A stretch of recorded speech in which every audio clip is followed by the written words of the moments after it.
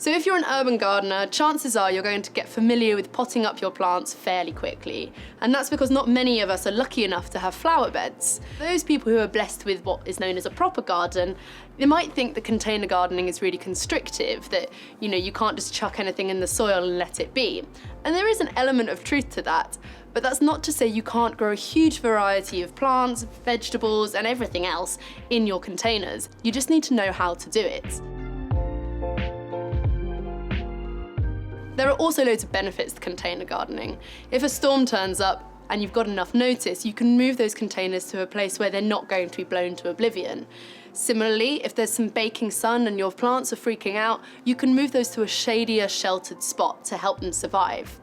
Growing in containers means that you can plant things near to your house and create a sheltered environment, so we can actually cheat the British weather and grow all sorts of more tropical plants that would normally never thrive here.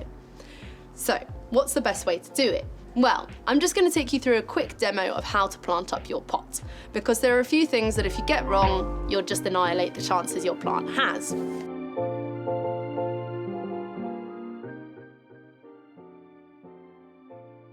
So, first things first, drainage. Whatever you're planting in, make sure it's got a hole at the bottom. This allows water to come out and stops your roots getting totally clogged up with water and ultimately rotting. If they can't let the water out, they'll just stew in their own grossness. Nobody wants that. Even though your pot will have a hole in the bottom, you can still improve drainage by putting in some material that will slow down the water's release from the pot.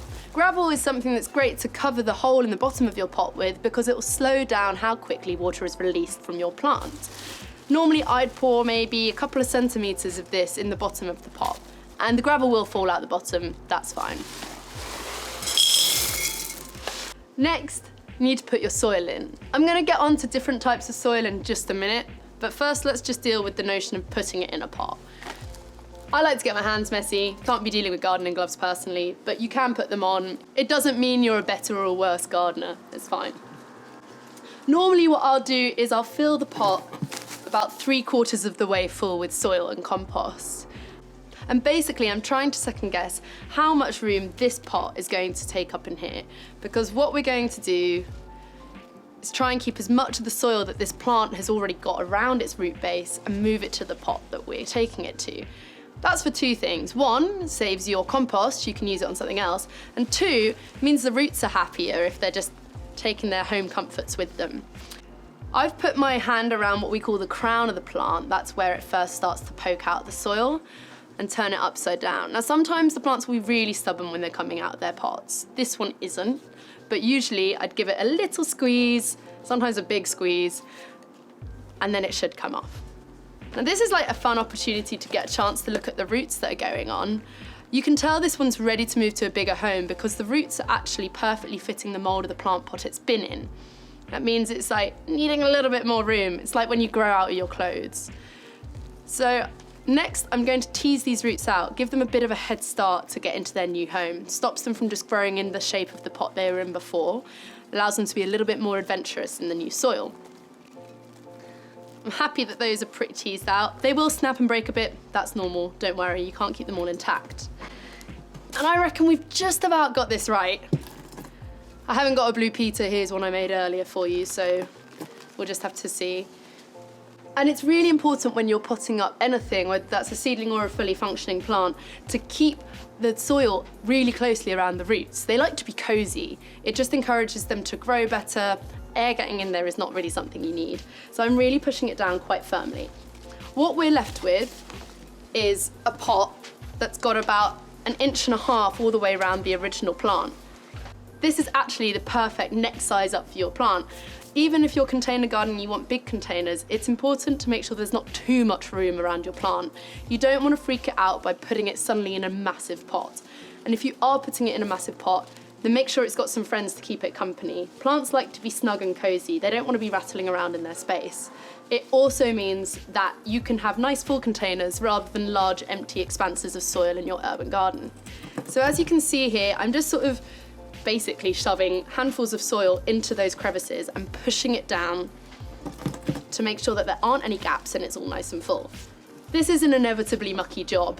If you can't face the cold and you want to do it inside, I'd recommend putting down some newspaper, because as you can see, even with the best will in the world, it does get a bit messy. If you're outside, you might need to sweep up your container garden, or just push this to the side, try and put it back in the pot. The next thing I would do with this, and probably the last thing, is give it a good drink. You need to make sure that your plants are moist before and after they go into their new pot. Changing homes is kind of traumatic for your plant, and so let's give them all the help you can by making sure they're really watered in well.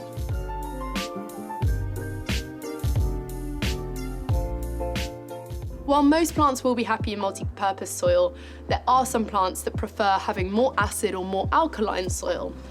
The plants that need greater acidity in the soil around their roots will not be that happy in multi-purpose soil. In fact, you're better off going for a totally different type of compost, and this is known as ericaceous compost. It's a fancy word that basically means it's got greater acidity and will keep those acid-loving plants happy. Plants such as Japanese maple and camellias are brilliant for container gardens. They create a lot of fascination and space and structure, but they also love acid-loving soil, and that means you're going to have to put ericaceous soil into your containers. It's not a big fancy thing, it's basically what I did here. You just buy a different type of compost. Its leaves will turn yellow, it might not flower as well, and it might kind of shrivel up and die a bit, so it's a really important thing to get right.